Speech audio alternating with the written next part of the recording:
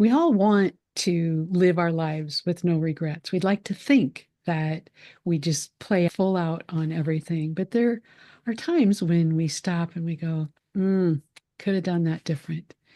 Today, I am really excited to have with me a guest, Leanne Marie Webster, and we're going to talk about playing full out with life, to live with no regrets, no limits, and just go full into life. So I hope you'll join us for this wonderful conversation.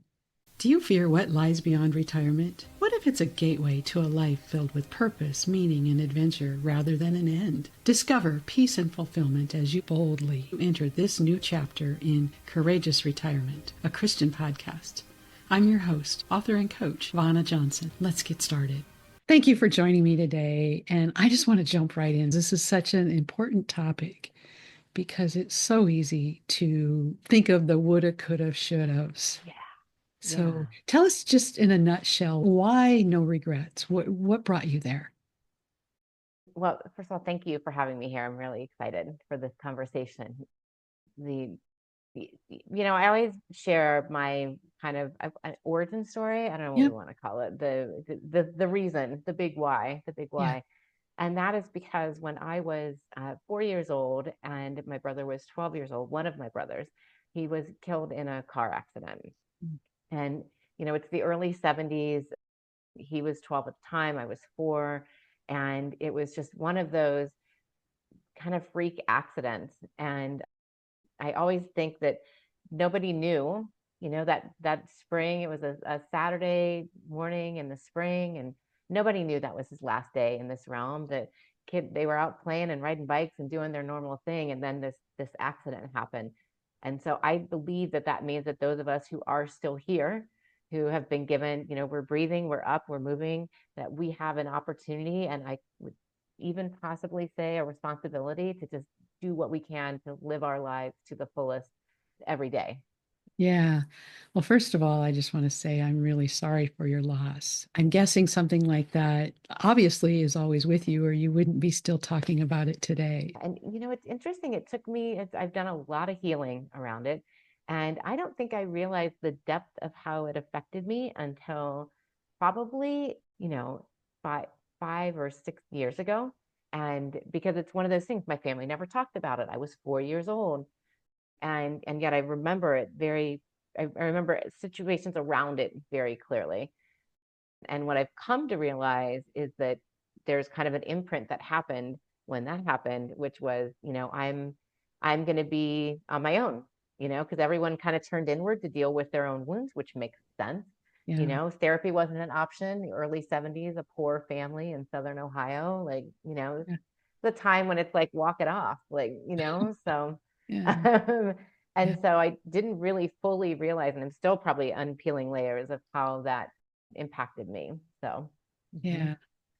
Well, it's interesting because part of my story too is I lost a cousin to a tragic car accident years ago. And it was that going through the grieving process and that realization that we don't know when our time is up, which is why we live full out. And so I love having you here today. My tagline is live your more. Oh, And I love the it. tagline for Courageous Retirement is answer God's call to more. And Mm, I feel that there's that thing inside of us that draws us closer to our life's purpose. So yeah, tell us what no regrets, your work looks like. yeah, yeah. Well, I'm fascinated by the topic of regret because I find that no matter how you grew up, where you grew up, your politics, religion, socioeconomic background, like all of that, we all have them in some form. And before somebody says, I don't have any regrets, because somebody always says that, if regret feels heavy, you can think of this in terms of what you said a few minutes ago. What would I do differently? You know, and my whole thing is that regrets actually aren't bad. They're indicative of what we value.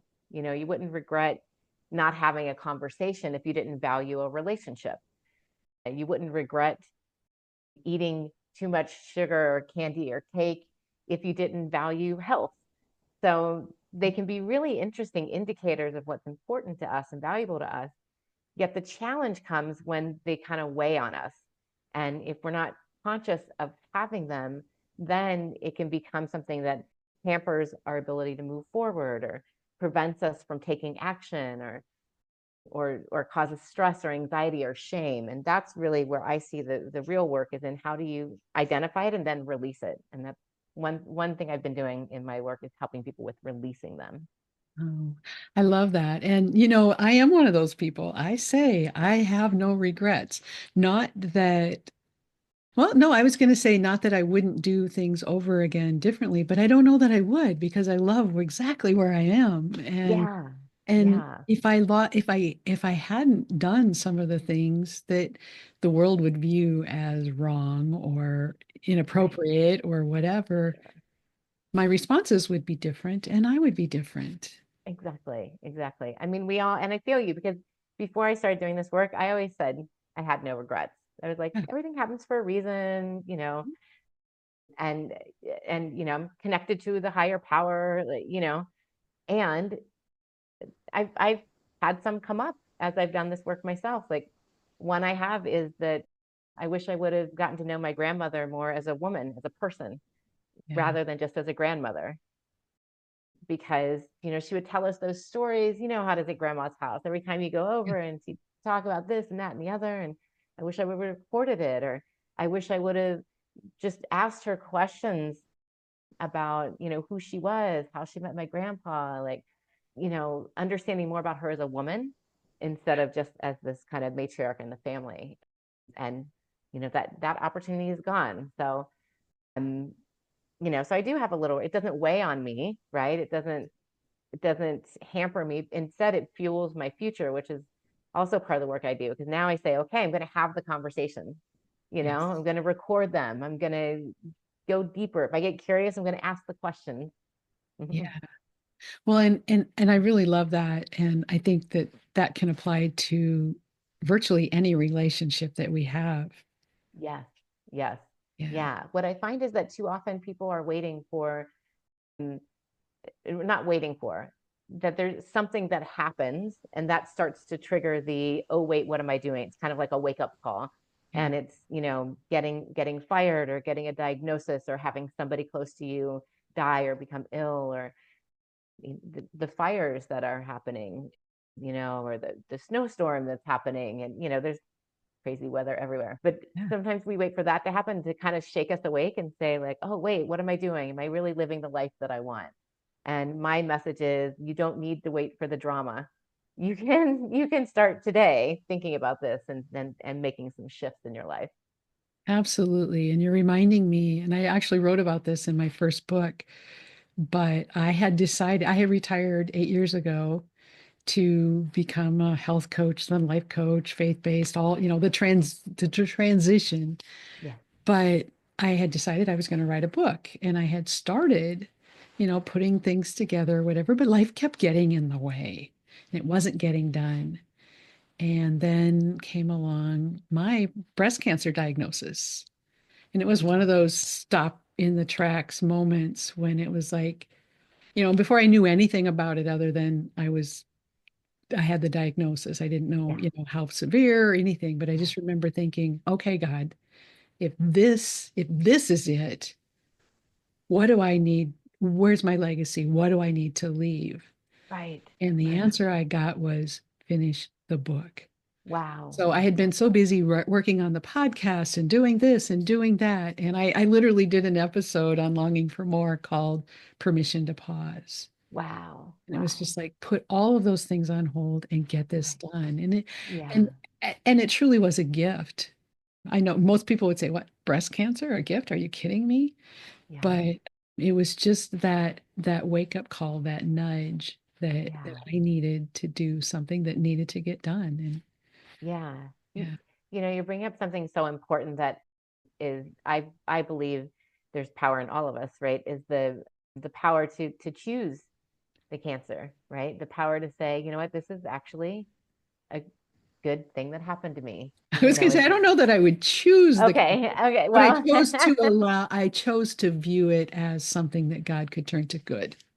yes, yes. Yes. You chose to trust in God and Yes. say, like, God is not going to give me this condition, this path, this if I wouldn't be able to handle it, and if there's not something here for me to Right. help me with the work that I'm on the planet to do. So that's what I Yeah. mean for choosing. Yeah. Yeah. Yeah. Okay. I know. I agree. So one of the things that I like to talk about is we touched on it before we hit record, and that is in my career. I talk about in courageous retirement. It isn't always, after retire, it's also the courage to retire, but Right. it's also the courage to do the things, to finish well, to do the things that we've had on our heart to do in our career that maybe we haven't allowed ourselves time to get done. And part of my story is when I was cleaning my office when I was retiring, I had stacks and stacks of things I had come home from conferences with, ideas that would have been really amazing to implement. And I would bring them home and I would put them in the pile. And then the phone would start ringing and the emails would start coming in, and I never got back to them. And Yeah. so it was like that. Honestly, if I had a regret, it would be that I could go back and really do some of those amazing things while I still had the opportunity. Can you speak Yeah. to that at all? Yeah, absolutely. This is the importance of having a plan, and I believe having support, and it could be in a variety of forms, but having, working with someone like, a coach, a mentor, even a friend as an accountability Yeah, buddy to bring forward what is really important, and then to create a path for you for how to get there, yeah, and then help you stay on the path, you know, yeah, and decide, you might start down the path on something and say, I don't really care about this anymore. Like you could have started the book and then at some point said, you know what, I really don't think I want to write a book, or I don't want to write this book. And you could have put it aside, yeah. but being intentional about that instead of just letting it kind of sit over there and gather dust, you know? Drift, drift. Yeah. So Yeah. two things on that. One, what's coming up for me is if you're still in the work world and you can relate to that, these big things that I want to do, is like find somebody in your work community or a friend if it's not appropriate in the work, but to like write it down, put it somewhere where you can go back and check in once in a while, but then have somebody to talk to about, is this still important? Should we be working on this, or should I get rid of it and get rid of the space that it's taking up in Right. my mind, right? Exactly. Exactly. Because, yeah, that stack, I would argue that that stack took a little bit of energy every time you saw it, because Did. you knew there's a part of your brain that knew there's unfinished business over there, Yes.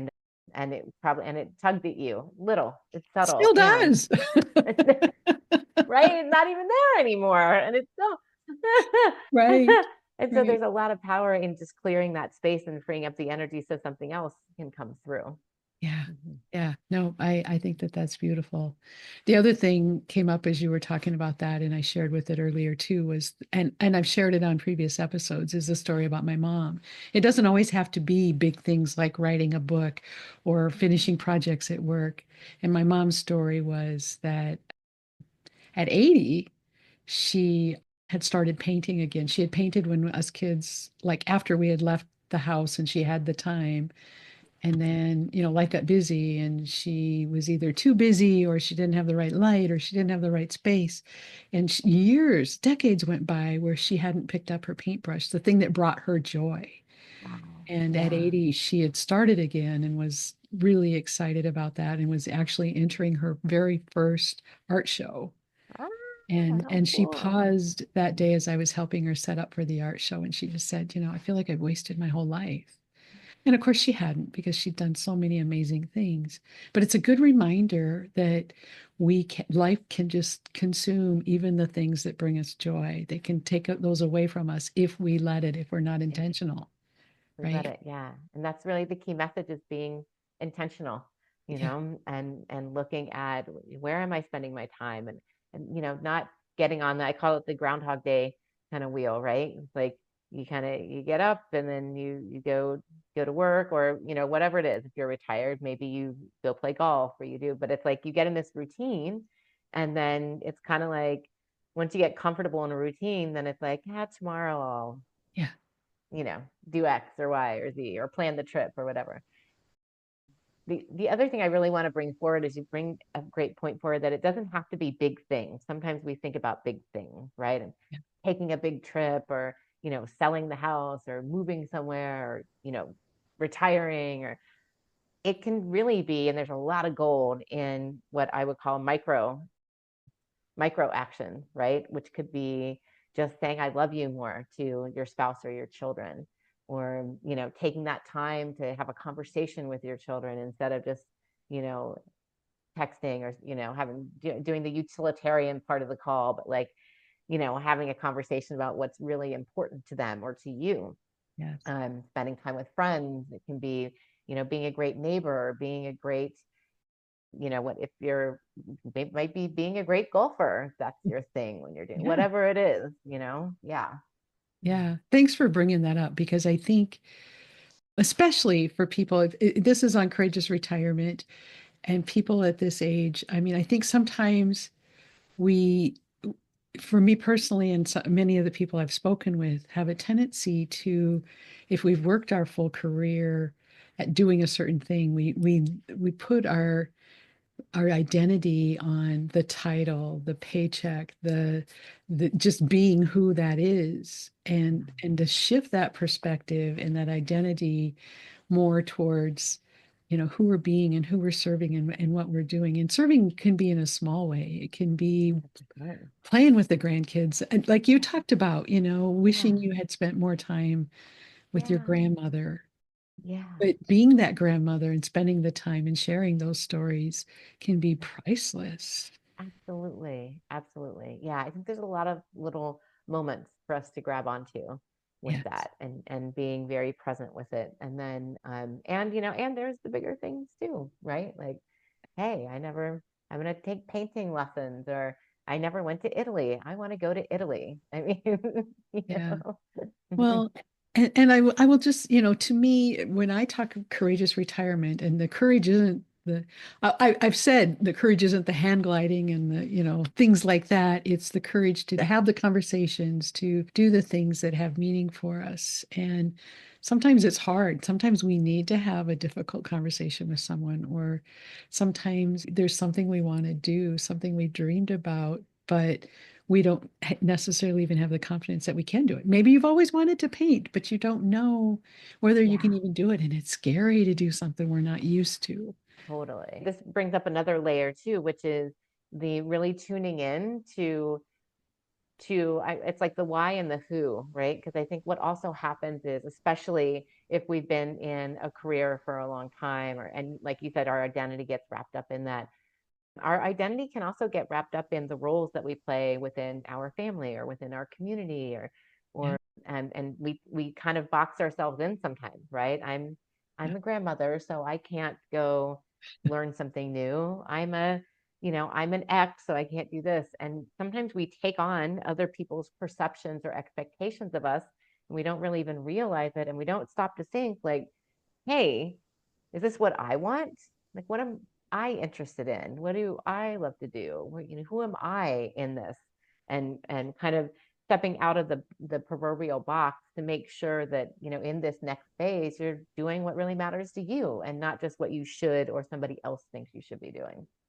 Yeah. I'm so glad that you brought that up. What coming up for me on that topic is, and I talk about this kind of from the perspective of young people, and sometimes we, as the older, wiser, having lived it all person, can project our expectations and our life onto those young people and cause them to let go of who they really are and the dreams that they really have, because they feel that they owe it to us to go do this thing that we always, maybe we even talked about doing it before and then we've changed our mind. And so as that older, wiser person, I'm going to say, really listen to those young people in your lives. And when they're struggling with something, find out if maybe you can help them change their own perspective of themselves, or change the road that they're on, because Yeah. there is no wrong path. There is no Right. Right. Yeah, we have to be able to, like you said, be intentional and shift if that's appropriate. We don't have to stay on that path, right? Exactly. Exactly. Yeah, you have the power. That's what my really if I boil down what I'm all about, I have I have a framework called the Power Path, which is an acronym and it's about taking your own power back, but that's really my big message even within the regret message is that you have the power of how you interact with that with other people and with what you're creating. Yeah, yeah, beautiful. And I think that really kind of leads us to that next thing. So if someone's listening to this and they're like, oh, wow, I really, really need to have what LeeAnn's talking about here. I need that help with that power path. How could they get a hold of you or what? Do you have Yeah. something that can help them get started on that? Of course, of course. If you go to, well, the easiest way is just go to my main website, which is my whole name, Leanne Marie Webster. A lot of E's in there. And on there, I have a no regrets formula, the power path. There'll be some information about that up soon. We're updating the site. Okay. There's also information there about how I work with people. So that's a great resource. And then if you're on Instagram, I'm on Instagram, LinkedIn, Facebook, and I think Instagram is probably my favorite. And that's just Leanne M. Webster. So, Okay. and I post a lot of interesting things there. I post a lot of, I do these regret release. I have this regret release method. And so when I speak in person, I have people do these um, releasing their regrets. And so I post these as well as Oh, other like kind of things I do out in the public. So, beautiful. I love that. yeah, That is thanks. wonderful.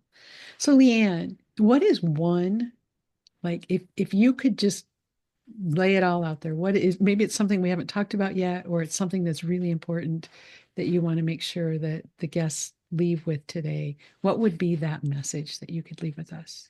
The big message is that you can use your past, any regret or accomplishment or whatever, to fuel your future. That you know the past is an awesome resource for you, and we don't need to live in there, but we can use it to help us move forward powerfully and intentionally.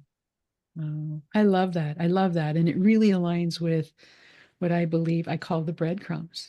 God gives us the breadcrumbs on the path. And if Mhm. we sometimes, especially at retirement, when we are shifting the path that we're on and we're using this, what I call the best season, to fill our lives with the things that bring us joy, sometimes we can look back at both the good things and the regrets and use 100%. them to really embrace this season of life. So 100%. Yes. beautiful, beautiful.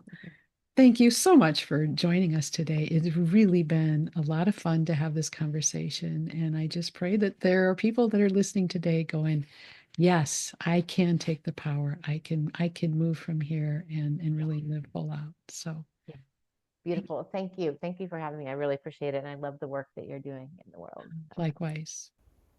So, what are you going to do differently because of this conversation? How are you going to move forward with no regrets? Now, in reality, we're always going to have regrets. I don't know about you, but there are times when I am on the phone. It's generally with a telemarketer or a service provider that hasn't given me the answer I want. And my snap reaction is to do just that, to snap at them, to say something that's not appropriate. And hopefully, before I hang up the phone or walk away from a conversation, I will catch myself and I will stop, take a breath, and ask for their forgiveness, to apologize and tell them that I didn't mean to take my frustration out on them and ask them to have a good day or whatever. Literally, a couple of weeks ago, I had a conversation with someone and wasn't really pleased with how the conversation went. And I was doing my Bible study that evening. And as I was doing it, I was just so convicted by the Holy Spirit. And I literally went back, called the phone number again, and fortunately got the same operator or desk representative. And I just said, I am really sorry. I apologize for behaving the way that I did. And he was like, oh, it's no big deal. And I'm like, yeah, it is.